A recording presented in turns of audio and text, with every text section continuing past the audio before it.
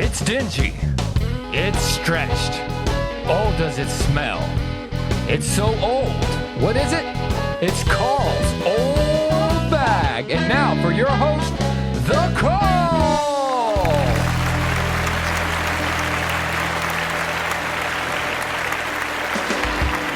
Hello, everybody, and welcome to another episode of the Carl's Old Bag. I am, as always, your host, the old saggy bag man himself, the Carl.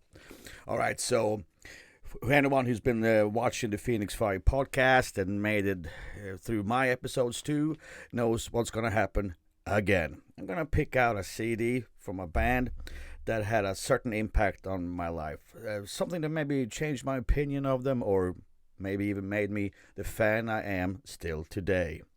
Or not. Shit, you never know.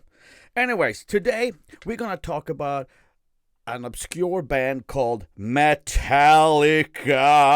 That's right. And the album is And Justice for All. And that's important. It's not just Justice for All. It is And Justice for All. This album came out in 1988. I was not really a fan of Metallica at the time. The only thing I really heard was Master of Puppets, but I hadn't really listened to it. To me, this was actually too heavy for me back in the days. I liked Master of Puppets from what I heard, but I was not a big fan. I remember I had Puppets on a cassette, and on the other side, the B side or whatever, I had a band called Metal Church, and I liked that album much better. I think the name of the album was The Dark. It is still to this day an awesome album, but that shows you how little I was into Metallica at the time anyways.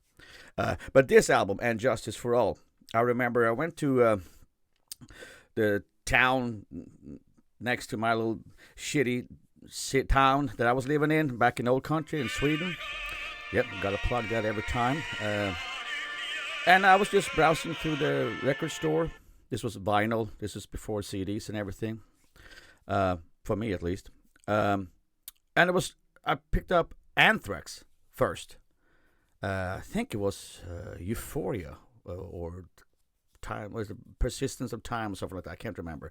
It was an Anthrax album, and I was like, maybe I should try Anthrax. I never really listened to them. And next to it, there was Metallica and Justice for All. And I thought, you know what? Let's just pick this shit up and see how it is.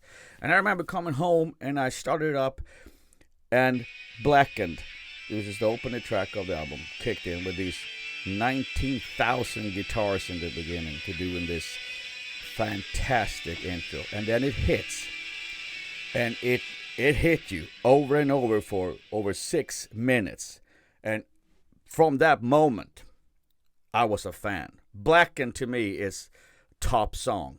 And this whole album is so raw, in my opinion. I actually always liked the production they had back in the days with Fleming Rasmussen.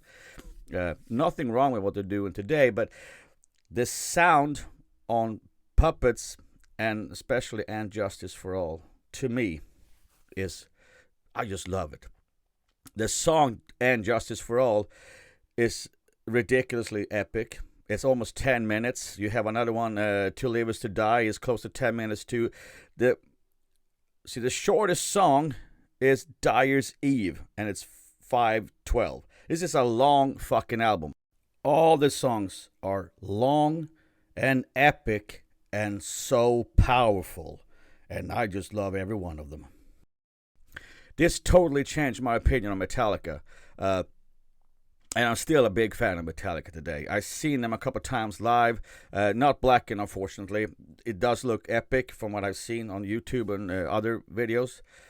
They're probably one of the most powerful bands live you can ever see. They are ridiculous. They're, oh my God, so powerful live. Justice for All, The Shortest Straw, Harvester of Sorrow, Frayed Ends of Sanity, one, of course. One is, that's it. That's a very classic Metallica song, of course. Justice for All just hit me like a ton of bricks with its powerful, raw content. lyrically, this album is stupid good. I love everything they wrote in this album. The words are just so powerful. And they were angry as fuck when they wrote this, I think. I'm a huge fan of this album. This is my favorite Metallica album, period. No question about it. If I have to pick one, this will be it. That's it, boys and girls. Metallica and Justice for All. Oh my God, I'm gonna jam that in my car going to work today. Thanks for listening in, everybody, and come back next week for another episode of the Phoenix Fire Podcast, and check out what I have in my old bag for everybody. Take it easy. Rock on.